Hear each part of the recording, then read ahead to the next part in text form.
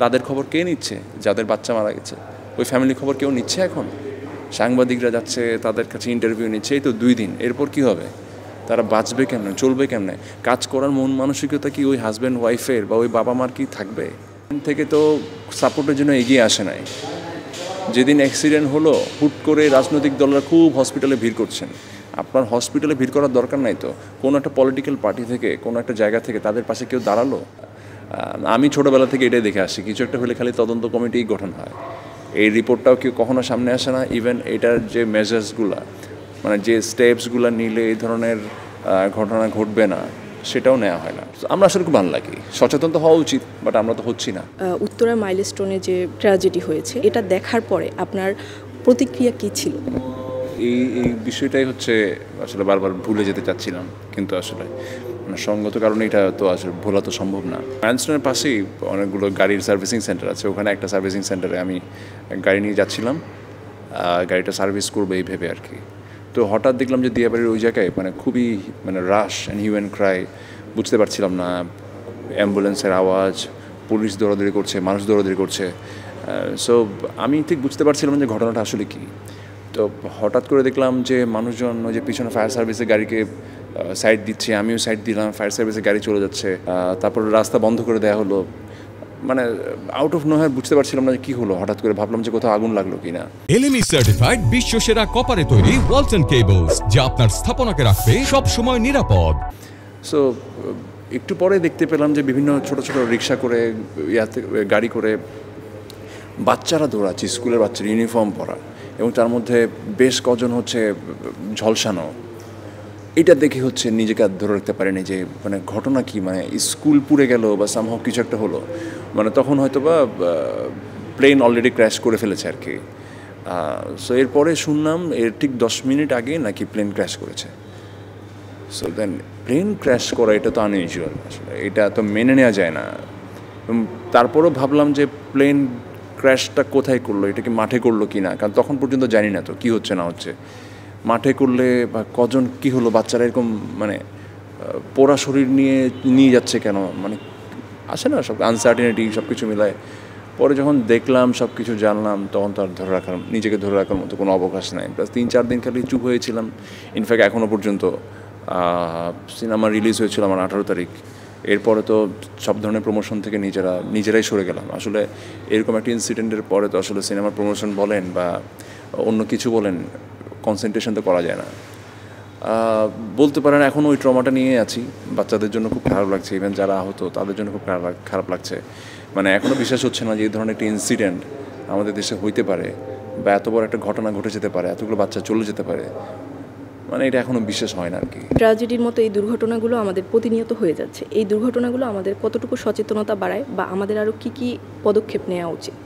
এটা কোনো সচেতনতা বাড়াই না আমাদের দেশে। আমাদের দেশে কিন্তু দুর্ঘটনাই ঘটে। ইভেন এখান থেকে আমরা না কিছু শিখি, না এটা কি বলবো, এটাকে যাতে ফিউচারে না হয় এই ধরনের কোনো স্টেপও তো আমরা নেই না।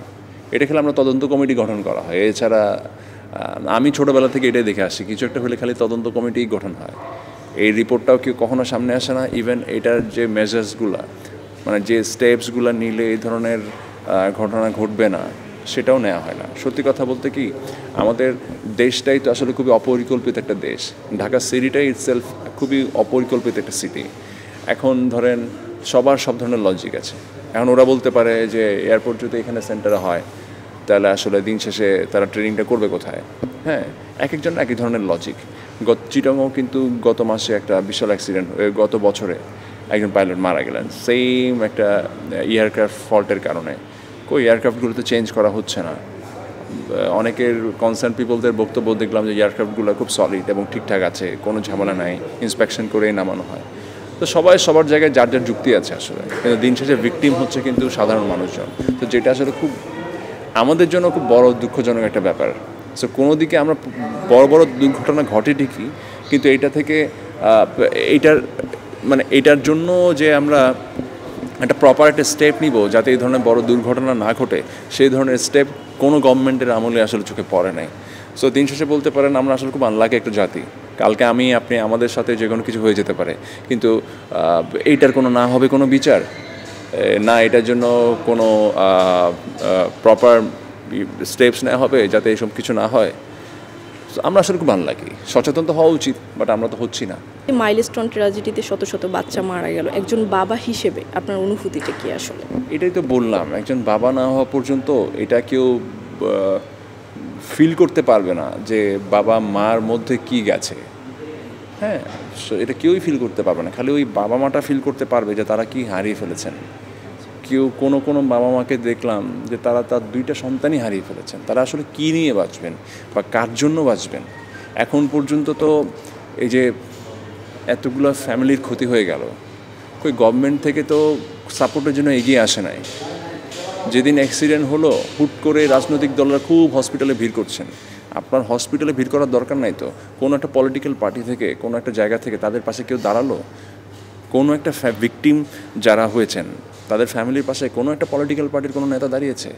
দাঁড়ায় নাই। চিকিৎসা খরচ দিয়ে দিব, এটা চিকিৎসা খরচ দিয়ে কী হবে? এই চিকিৎসা খরচটা বড় কথা না, এই চিকিৎসা থেকে বেঁচে ফিরবে কিনা সেটা হলো বড় কথা। এবং বার্ন ইউনিটে যারা হার্ট অ্যান্ড সোল দিনরাত চেষ্টা করছেন, তারা তো তাদের চেষ্টা করে যাচ্ছেন। এবং গভর্নমেন্টের তো এটা দায়িত্ব, এই ধরনের বড় একটা ইনসিডেন্ট ঘটলে যারা ভিকটিম তাদেরকে প্রপার সাপোর্টটা দেয়া, সেটা তো দিচ্ছে, সেটা বড় কথা না। কিন্তু আমাদের কোনো না কোনো ম্যানেজমেন্ট ফল্টের কারণে তো এত বড় একটা ঘটনা। ওই গভর্নমেন্টের পক্ষ থেকে কোনো ধরনের তো আসে নাই যে আমি কম্পেনসেশন একটা প্যাকেজ আমি দিব তাদেরকে, বা কোনো পলিটিক্যাল পার্টি থেকেও তো আসে নাই। আমরা ইন্ডিয়াতে এত বড় একটা ইনসিডেন্ট ঘটলো, একটা যাত্রীবাহী বিমান ধ্বংস হলো, আমরা তো দেখলাম বিমান ধ্বংস হচ্ছে, তখনও কিন্তু উদ্ধার কাজ চলছে। এর মধ্যেই কিন্তু এটার জন্য যারা লায়েবল, ওই এয়ারলাইন্স যারা তদারকি করেন, টাটা গ্রুপ, তারা কিন্তু অলরেডি প্রত্যেকটা ফ্যামিলিকে 1 কোটি টাকার একটা বলে যে ক্ষতিপূরণ শুরুতেই ওরা ঘোষণা করেছে। কোনো ফ্যামিলি কিন্তু এটা চায় না, বা ওই ক্ষতিপূরণ দিয়েও কিন্তু ওই ফ্যামিলির ক্ষতিটা পূরণ হবে না। কিন্তু তারপরও আছে না যে এটাকে রিকগনাইজ করা যে ঠিক আছে আমাদের একটা ভুল হয়ে গেছে, বা আমাদের কারণে বা সিস্টেম ফল্টের কারণে তোমাদের ফ্যামিলির এত বড় একটা ক্ষতি হলো, আমাদের পক্ষ থেকে এই জিনিসটা জাস্ট একটা পাশে থাকার জন্য কিছু একটা দেয়া। কই এরকমও তো কোনো একটা ঘোষণা আসে নাই। তাদের খবর কে নিচ্ছে? যাদের বাচ্চা মারা গেছে ওই ফ্যামিলির খবর কেউ নিচ্ছে? এখন সাংবাদিকরা যাচ্ছে, তাদের কাছে ইন্টারভিউ নিচ্ছে, এই তো 2 দিন, এরপর কি হবে? তারা বাঁচবে কেমনে, চলবে কেমনে? কাজ করার মন মানসিকতা কি ওই হাজব্যান্ড ওয়াইফের বা ওই বাবা মার কি থাকবে? থাকবে না। তাদের ফ্যামিলির ইম্পর্টেন্ট মানুষটা তো নাই, এবং সবচেয়ে নিরাপদ জায়গা থেকে তারা হারিয়ে গেল। একটা বাচ্চার জন্য, একটা ফ্যামিলির জন্য তার বাচ্চার সবচেয়ে নিরাপদের স্থান তো তার স্কুল।